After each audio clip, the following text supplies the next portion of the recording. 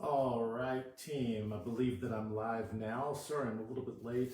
I got a new computer and there were some Facebook and my camera were not playing well together, so don't worry about it.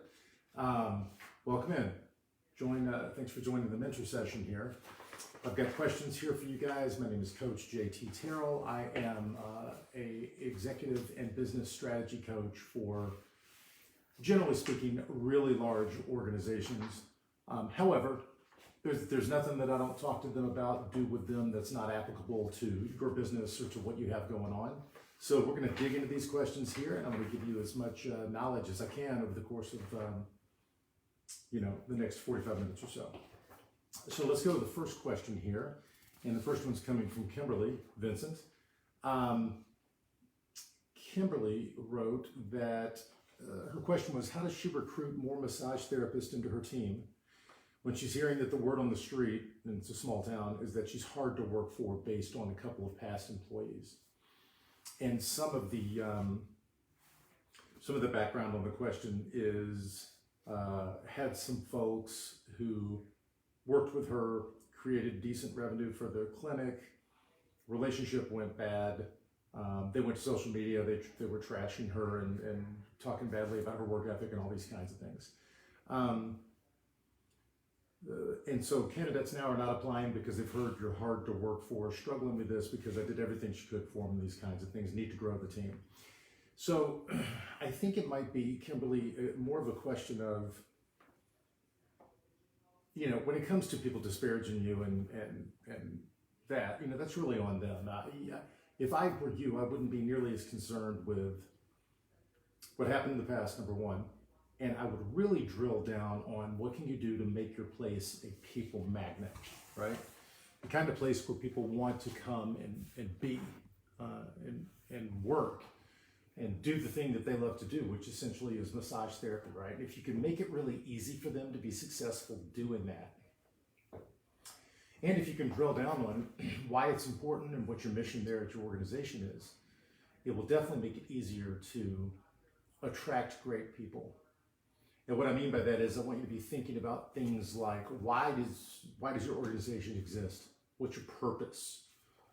Well, and you might say, hey, my purpose is to do massage and it's to make people feel better and whatever, Craig. So I would say, hey, your purpose is to help people feel better. That's the purpose. The way you do it right now is massage therapy and wellness and those other things. If you really drill down on that and you become known for living out this core purpose of helping people feel better, no matter what, then that'll be the kind of place that attracts people who are like-minded to you, and the people who want to come in and they want to be a part of that.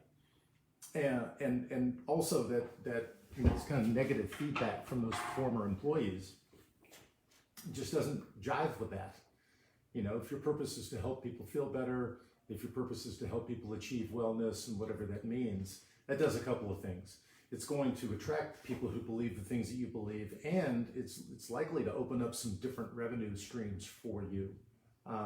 Because if you have a massage therapy and wellness clinic, and your ultimate goal is to help people be well, or weller, I'm not sure that's even a word, what other things should you be offering to them? What other things could you be offering to them if you can get them in, get them bought into what you believe? Then they'll be a loyal customer to you no matter what you're selling. There's a book by Simon Sinek, S-I-N-E-K, called It Starts With Why. And I believe, Kimberly, if you read that book and really drill down on your why, I think it'll make it easier to kind of overcome some of this stuff that happened in the past and attract some more folks. Just throwing that out there. Good question. The next one is from Jake Carlisle. And Jake asked, how do I make big time connections? And some of the background of the question is, I feel like I would not belong with the big boys, at least not yet. I haven't done much. Maybe people wouldn't take me seriously. He's in real estate. And listen, this is going to sound really, really basic, and thank God I'm here for basic stuff for you, because that's all I have is simple. I like to keep it simple. Fake it till you make it, man. Nobody knows what you've done and what you haven't done. And I know plenty of people who've done a ton, and they're the most unassuming people you would never know. I also know people who haven't done jack shit, and they want to pretend like they have, and that's a really bad look. So, Jake, the biggest thing that I would encourage you to do when you're connecting with folks is to be respectful of their time. Number one, be very respectful of their time. And also maybe come with an attitude of how can you add value to them, right? Hey, I want to come connect with you. Hey, I want to grab coffee. I'm here to tell you, man, love y'all to death. But when people call me and say, hey, JT, can we get together and grab coffee? I'm like, no, I'm busy, man. What do you want? And if it's something that I want to help with or something I want to do, I'll do it. And if it's not, I will say no. This is the one thing that we talk about this at AO Live. Sean talks about this, Dan talks about this, and all across the board. Y'all need to protect and respect your time and other people's time. It's the one thing that eventually we're going to run out of. And you used an emotional word there, like I would feel like I would not belong with the big boys. Sure you do. Sure you do. Big boys are not all they're cracked up to be, by the way. I know plenty of people, solopreneurs, niche kind of focused people who you wouldn't consider big boys, but they are damn sure profitable and they're living their best life. So I wouldn't sweat that. You can be a small fish in a small pond and do very, very well and outperform the big boys all day long. So I wouldn't sweat that, Jake, and I wouldn't be shy either. Shyness gets you nowhere. So also, if you need to fake it till you make it when you get into situations with those guys, then just go right ahead and do that. That's what the whole world does anyway. And I am a pretty prime example of, seemingly confident, really good in front of crowds. It's my favorite place to be. That's what I get off on. And that comes from, being incredibly insecure as a younger person. And I just decided, hey, I don't want to be that person. I'm going to fake it until I make it. And I developed this persona of confidence. And it just, it just stayed with me. And now it's just the way that I carry myself. It's the way I prepare for events, the way I do things. So hang in there, Jake. I think you got more to offer than you think, number one. And I think that you should be aware of that. And then you should be looking to, there's a book called, David Meerman Scott wrote a book called Fanocracy. It's a marketing book, right? But what it's really talking about is how do you create raving fans of your brand? And it's fully brilliant. And he's got like 2 or 3 big things. And the number one thing is give more than you have to. So Jake, if you'll begin to give out knowledge, if you'll be able to give out what you can, you're going to find that some of those big boys, the people that you want to connect with, they'll be more receptive and they'll be looking to connect with you. So I hope that's helpful. That book is brilliant. By anybody who's doing any marketing at all, you should read Fanocracy. David Meerman Scott is a good dude. Let's go to a question here by Mark McDowell. And Mark said, I'm looking to update my business card. Currently, I have a templated type card. I like it, but I want something different. Are business cards an important tool as they used to be? What kind of things can I include on the card to make them stand out? Is the investment worth it? And you know what? I left it over there. You guys give me 1 second. I'm going to keep talking. I'm going to grab something to show you that I think you will like. So I would have thought, if you'd asked me, 3 or 4 years ago, if business cards were still relevant and if anybody cared, I would have said no. However, my buddy Andy, I've got one of his cards here. Everybody in the firm that I work with, these are our business cards. That's my buddy Andy Bailey right there on the front. And I have mine pulled out here somewhere. I don't know where it is. So we hand these to people, but check it out. So it's like a little stand-up. Information inside. Here's the cool part. On the back, though, before you give it to somebody, you can make a note. Hey, I met you at this reception or whatever. Love to get together and talk about this thing that we chatted about. And this is memorable. People hold on to a card like this. So, if you'd asked me 3 or 4 years ago, I would have said, no, business cards are dead. Nobody cares. Nobody wants them. But let me tell you what, man, we get so much response about these cards. People just go crazy. So it might be, Mark, if you're going to go and make an investment in some kind of a different business card, this is definitely memorable. And this is something that you could use and just kind of leave behind. And as you'll see, it kind of stands. Well, can't see that, but you put it on their desk or whatever, and it just kind of stands and you're staring at them all the time, which kind of freak them out too, which is fine. So I hope that's helpful. Let's go to Yolindi. She said, oh, this is a good one. She said, what's the best way to raise capital during the early stages of your business? And she goes into some description here about what she does, and they want to manufacture pillow inserts and do all this stuff.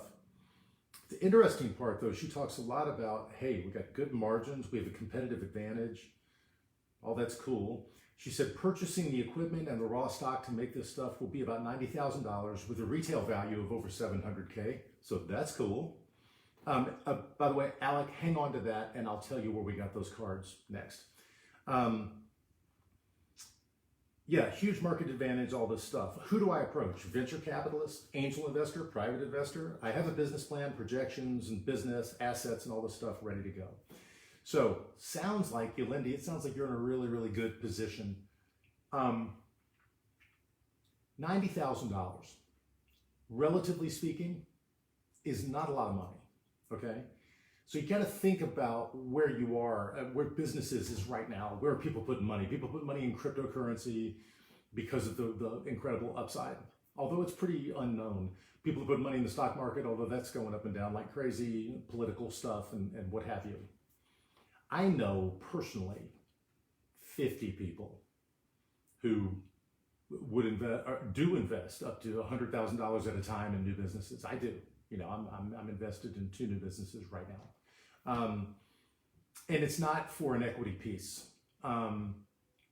It's for phantom stock, right? So you can kind of create value and you can give people basically a stock offering and there's a lot of different ways to skin that cat, but I'm thinking private investor.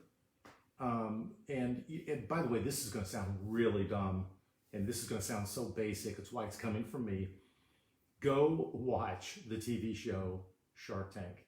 If you want to learn about raising money and not giving away the farm on equity, and you want to learn how businesses raise money, go watch Shark Tank. I mean, yes, it's a TV show, yes, it's entertaining, and yes, it is brilliantly and well done, and you can learn a ton about valuations of business, these kinds of things, what a return on investment should look like, and those kinds of things.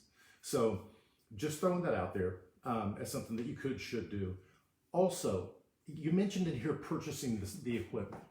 Now, a lot of y'all may not know, my business before I started doing business and exec coaching was staging and tents, special events and stuff like that here in Nashville.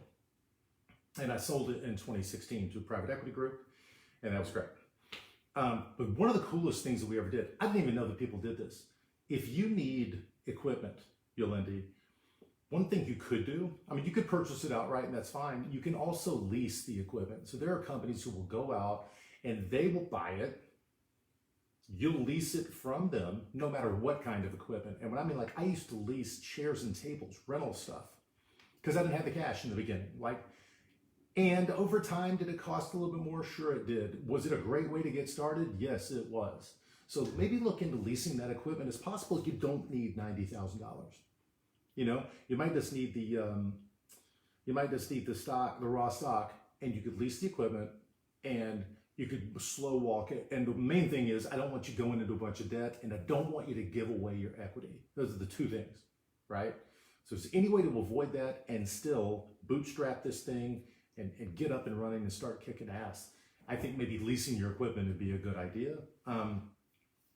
It's really not complicated. You could go and just Google, wherever you are in the world, go Google equipment leasing, and you'll find 20 people will come out of the woodwork to talk to you about what you can do, and maybe you choose one of those and maybe you rock and roll. Or you could get a private investor. I doubt venture capital and excuse me, those kinds of folks are going to be all that interested in the relatively small company at such an early stage.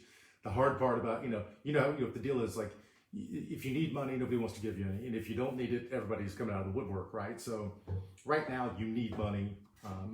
And financials, projections, all that stuff is great. Whoever might give you some is going to want a steep payback price. They're going to want some equity. And I'm not sure you have to give that away. So look into the equipment leasing and then talk to maybe a private, or also, man, I attended a seminar on small business loans. The SBA in the United States, Small Business Administration, totally amazing. They do great work, and this is literally what they were formed for. They were formed, and they get capital from the United States government to, James said a little bit muffled here. I'll do the best that I can here with these earpods. I just want you to be thinking about, Small Business Administration. Literally, they were put on this earth to deploy money to people like you. And if you've got all of this stuff, right, you've got all this stuff in front of you and that you could present to the Small Business Administration, that might be a really, really good way to get started, okay? Now, I'm just going to go back really quickly and somebody mentioned this card. Where did we get these cards? We've got somebody here in Nashville who draws the caricatures. Thank you, James.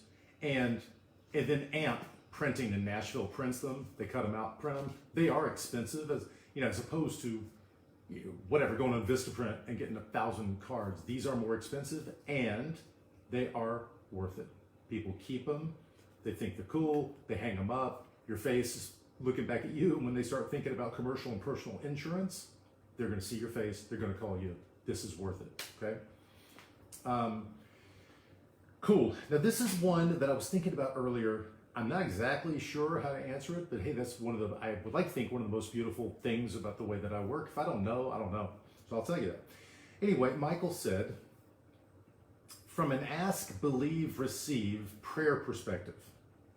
Let's say I want a deal to go through. I'm concerned that it might not at the end of a meeting. Do I specifically ask for the deal to go my way and then just believe and say the deal went my way? Example, ask, please give my customer, have my customer buy $10,000 of merchandise this week. As opposed to believing, I'm so happy and grateful now that one customer has bought $10,000 of merchandise this week. Michael, I'm not sure what you're getting at. If this is like a sales thing, I'm not sure what you're getting at.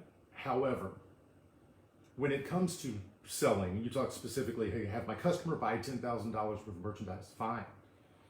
If that's a possibility and you want that from your customer, just ask them. Look, I mean, and Sean can back me up on this, almost everybody, and each one of you guys, here's the deal. You are you're talented, you've got great ideas, great work ethic, you've got the want to grow and get better, you're investing money to be a part of this group, to be on this with me and all these other guys and gals, to learn, great.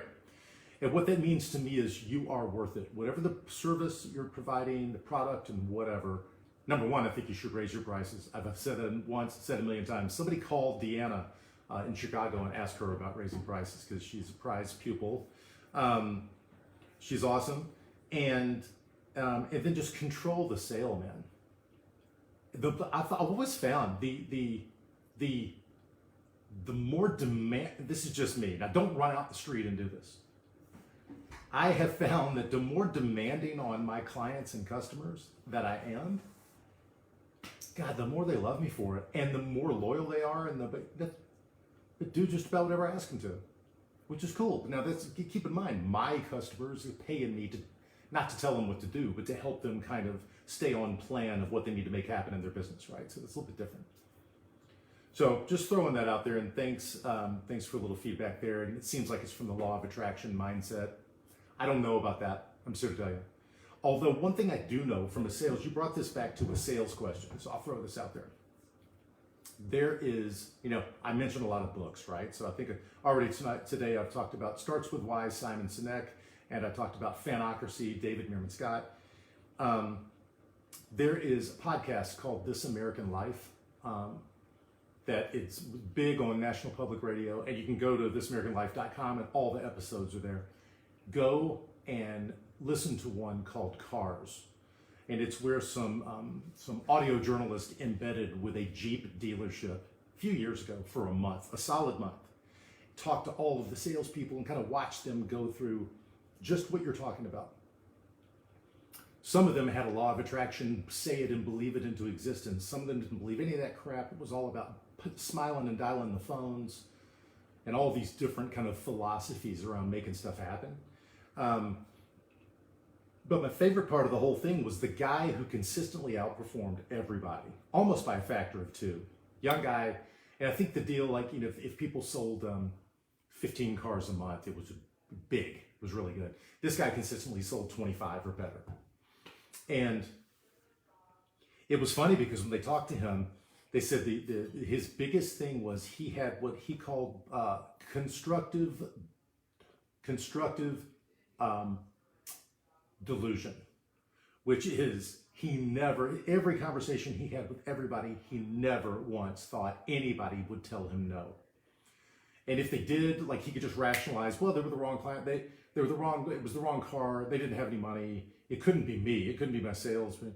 And the guy was just completely delusional about his chances of selling things. And as a result, he was free. He wasn't gripping. He was free to be himself. He was personable. He was cool and all this stuff. So it's almost like, you know, you're talking about, hey, ask, believe, receive. Totally fine. My question might be, I like the ask part. I ask directly people, this is what I want from you. Will you do it? You know, man, you gotta understand, some people come to work with me and it's expensive, man. They're like, and people will say, okay, well, I think I'm ready to get started. And I'll say, well, if you think you're ready to get started, then don't waste my time. Like, you've got to know it in your heart. You got to be ready to drop the money on working with me. You got to be ready to do things differently. You got to be ready to challenge yourself. Like, don't tell me you think you're ready. And it's almost a little bit of a Jedi mind trick, right? Because what am I doing? I'm challenging, with gentlemen particularly, I'm challenging them, their manhood or their business acumen or whatever. And they're like, you know what? No, I don't think so. I know I'm ready. I can be that person. Great. And now I've set some expectations for this person. And this is how we're going to work together, you know? So I hope that that's helpful. Don't know if it is. For everybody who's watching this or whoever's going to watch it, go watch Cars, This American Life episode. I can't remember the episode number. It's fascinating and you will learn a lot no matter what business that you're in. All right, I've got something here from Robin. And Robin says, when starting a business, do you think it's necessary to have a social media presence? And some of the background is personal, in-person interactions are much more comfortable for her. And she's an artist. Love this, her elevator pitch. She helps people feel moments of calm through her oil paintings of sunsets. That is very cool. Love the elevator pitch. So in a perfect world, you know, I all evidence to the contrary. I'm currently on social media right this second talking to you people. So for that reason, it's good. Like I would have never met you all if it weren't for that, presumably. And I have a Facebook account. I have Instagram account and various outlets, LinkedIn, whatever. It's kind of a pain in the ass. There are times I really don't want to have it. You know, one of my favorite things, I was driving down the road and there was a car in front of me and there was a bumper sticker and all it said was Elvis didn't need a website. And Elvis, arguably there for a while, was the biggest star on the planet. That's fine. He didn't need a website, but he did need who knows how many millions and billions of dollars in advertising before he became Elvis Presley. So all that is to say, Robin, if you want to have a much larger audience, you're going to have a social media presence, okay? Good part for you is it sounds like Instagram, really. I mean, if it's paintings, visual representations of stuff, you can go on. There's a whole flow chart of like what all these social media verticals are all about. Who do you want to reach? What do you want to do with it?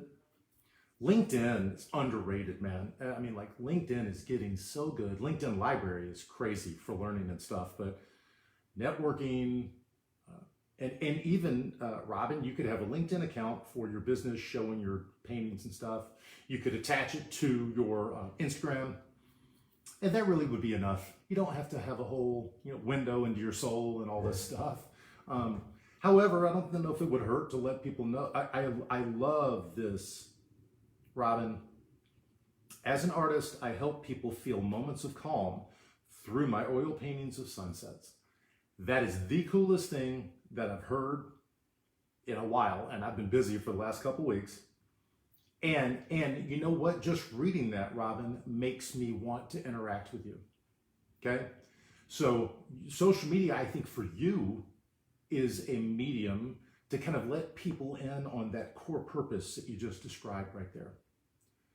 Because if you get people who really start to dig your content and maybe, remember what was the guy's name on PBS who would paint? Bob Ross, that had there's a good documentary on him too, I just saw. But it's possible, Robin, that you just want to let kind of people into your work method and let them into your process. And once they dig that and then they kind of find out more about you, you know, they probably are going to want to buy some of your art. They're going to want to view it. They're going to want to interact with you. So I think it's, for you particularly, I think that it is super important in a way that maybe for some automated, whatever, if a credit card processing fee facility probably doesn't need one, you know? So what you do lends itself to visuals and it lends itself to interaction. And hell, that's what social media is built on. All right, right on. Okay, the next one here is from Rohit. And Rohit said, I have a business idea, done some research. Now I'm not sure what to do, what direction to go. And real quickly, they said, I'm thinking of designing a glove, research the basics, not sure if this is my next step. All right, this is pretty broad, no problem. You know, but a lot of people would, you know, you almost look, I can go back to the question that Yolindi submitted. And Yolindi hit on some, you know, there's a bunch of information here. She hit on some big stuff as far as her business is concerned. She talked about things like what they want to do. We want to expand by manufacturing pillow inserts. Cool. And then she's kind of telling me, just by way of giving me context into this question, by doing this ourselves, it'll drive our costs down. So now she's talking about this is how we make money.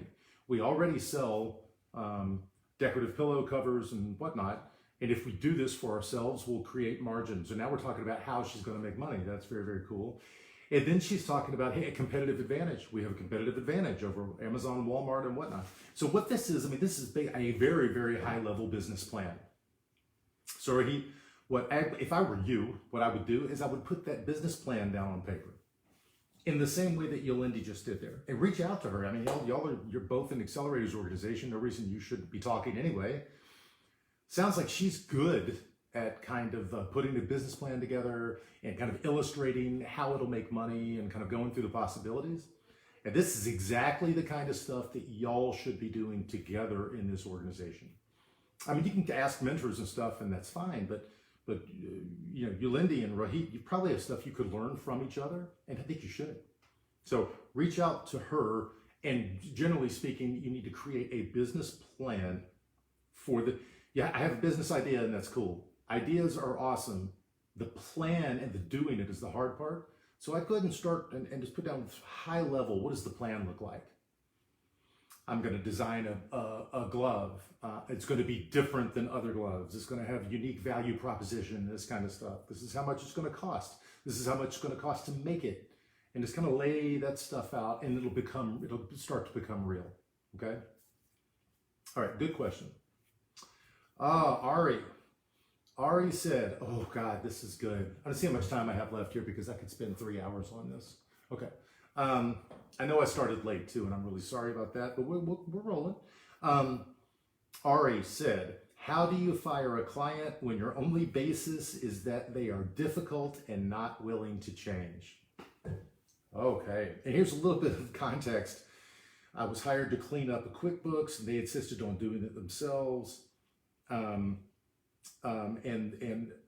her fear is that because this person is local, she's going to post some negative review when she's the one that screwed everything up if we let them go, and we don't want to just fix it again for free. Well, Ari, I'm going to answer this question for you with as much gusto as possible. If this person is an asshole, tell them they're an asshole and fire them. She can't hurt your business. This person cannot hurt you. It's not going to happen. Think that anybody can put a negative thing online and you can respond to it. You know, like life is too short to be doing work for assholes who don't believe in what you do. They don't value you. They don't want the same things. They're not going to get better over time. We know this, right? I just fire. Best day of your life is when you fire customers because they don't fit the mold of who you want to work with. And I know that sounds quick, easy. It is sometimes just that quick and easy. Or, Ari, just throwing this out there, it might be, if it's already going bad, you might call this person and say, here, listen, I've been thinking about it. And I don't want to work with you anymore. Here's why. We did this work. You went in and screwed it up after the fact. And now you want me to do more work, which I'm not going to do. And I'm thinking we should just end our business relationship just in general. I'm wondering if you've had that conversation yet. I wonder if you've been that deliberate in that conversation. If you have, then maybe the deal is over and you're just done. Or if you haven't, it's possible that the person on the other end, it's communication stuff, right? It's possible that person just doesn't realize that you're in a dysfunctional relationship. Like they think it's great. They don't know. So, Ari, I would like to talk to you more about this, but it just seems like if they're like talking like to a brick wall and they don't want to do the work you want them to do in the way you want to do it, it's a bad fit, fire them. And this goes for everybody on this call. You know, I have ongoing long-term engagements with people, and not all of them end up great. I've got to, thank God, knock on wood, I've got a lot of long-term clients going very well. But there have been people who just didn't want to do the work and it just kind of went bad. And one of the first times that happened, I was so dejected. I took it personally. I was like, oh my God, I'm going to fail at business coaching. Like, I suck at this. And like, I can't bring value to anybody. I can't do this stuff. This is kind of what I was telling myself. And Andy, this guy, my buddy, who's been doing this longer than me, he said, man, he said, dude, just go find 2 more. Forget about it. You know, learn from whatever happened. If there's something to take away from you, just go find 2 more clients, Ari. You can go replace this. The mental energy and the emotional energy that you're giving to this relationship, if you just quit working with them right this second and turn that energy into proactive marketing, whatever, you go pick up 2 more valuable accounts, people who are good and easy to work with this afternoon. So you guys are not slaves to your customers. Forget about that. Forget about that. They do not own you. They're lucky to be working with you. Okay, Kathy Lee. Kathy Lee said, the question is finding the right person, creating the right process to train them as her number 2 person in the organization. So number one thing, I was just having a conversation with somebody about this morning. So how do I find the right person? I don't know. What does the role look like? And I'm talking about a job scorecard. I'm looking right into the camera. There's a book called Top Grading. It's boring. It's also really good. It's super boring and it will save you money. And you know, if you use top grading, the chances of hiring the right person go way up. It takes a long time and it's a lot of work, right? The main thing though is if there was a top grading person on here, and I've worked with it enough, I know what they would say, create a job scorecard for the role, okay? And you said you wanted to train someone to be your number 2. What does your number 2 mean? What are the job requirements? What does success look like? What do they need to know? Who do they have to be? Boom. Only then can you go find the right person. Do that first. And then, like if I was gonna go on Monster, Indeed, or call a college or whatever, the only thing I would talk to them about is that job scorecard. What have you done in the past? Could you let me, you know, one of the tricks in top grading is, hey, it's not enough for you to give me references. I want you to set up the reference call for me, right? If they can do that, that means they were a good employee. They left on good terms, that kind of stuff. And then you take your job scorecard into that reference call and say, hey, this is what I need. And can the person who we're on this call to discuss, can they be this person? And the reference person might say, yeah, they're really good, no problem, they crush it, it's all good. Or they might go, I don't know, there's a lot of organization stuff there and they're not very good at that. So That's what I would do. That is a long-winded way to say I would create a job scorecard, not a job description. A job description is not enough. It's not enough. A scorecard of results. I don't care how people do. If people give me great results, do I really give a shit how they do it? I don't. I had a salesperson about the tent company who could sell stuff from they sold more than everybody else, and half the time they were playing golf or at the beach, and I did not. Everybody else was mad at them, of course. I didn't care. I loved it. I said, you don't have to come in this office again if you keep sending me results like this, right? So create a job scorecard. There are templates. Go Google top grading job scorecard. Boom, free. It'll be right there on your browser. And do some work on that scorecard, and that will lead you to the person that you need to hire, okay?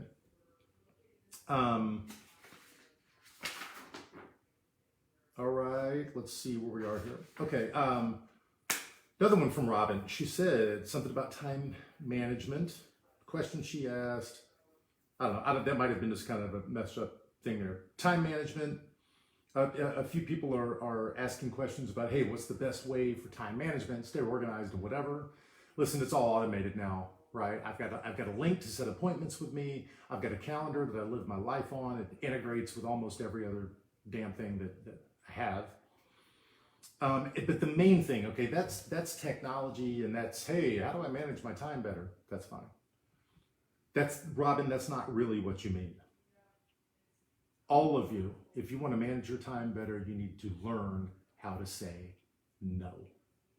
You're saying yes to too many things, and you got a time management problem, but the problem is not all of that shit is important. I'm looking you dead in your soul. Not everything you've committed to is important. There is a book called Procrastinate on Purpose by a guy named Rory Vaden. He's local here. Sean probably knows him. He's in Nashville. And Rory's book is completely brilliant and simple. And basically the idea is you should procrastinate on things that are not important, meaning you should just never do them. You're not going to do them anyway. Why are you even spending a second thinking about them? All right? So procrastinate on purpose, say no more, and you will have managed your time much better, okay? Okay, Sarah asked the question. How do I build loyalty with my team? She has a female-run and operated barbershop with male clients. Over the years, I've had countless barbers screw me over. The way they talk to me, the way they won't follow processes, they quit on me, I can't find a solution. The industry is unique. I'm looking for any ideas. Make sure I'm being the right leader to keep and grow people. How do I know if I'm the problem not doing my job right, or is just the problem with the people? All right, great question, Sarah. I mean, like, to be self-aware enough to go, hey, maybe I'm the problem. No problem. There's no way for me to know that. If I was your coach, I would deduce that first, and I would tell you in the first 30 minutes. But here's the main thing. You know, you've got some stuff in here where the way they talk to me, they don't follow processes and all these kinds of things.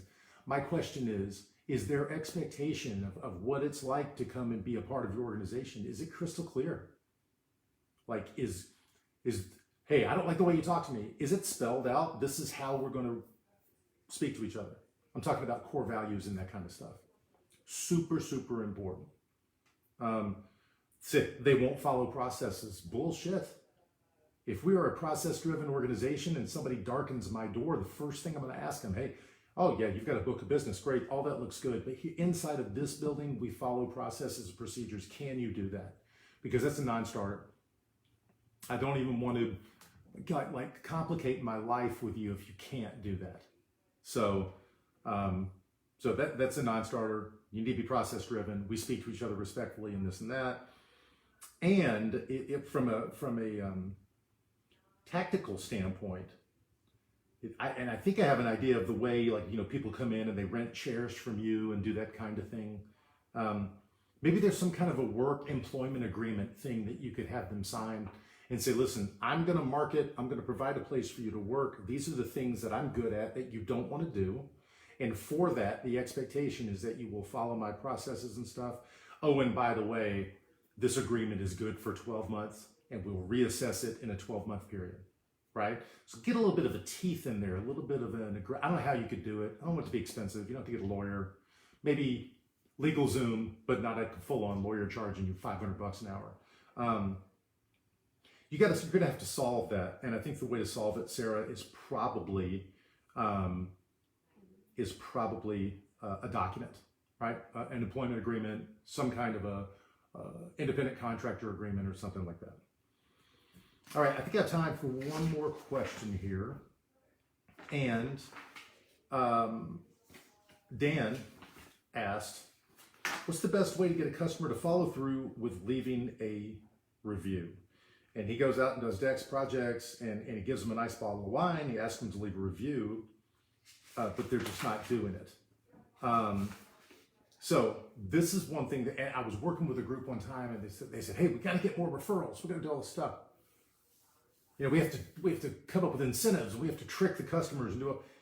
And I said, dude, what happens when you just ask them?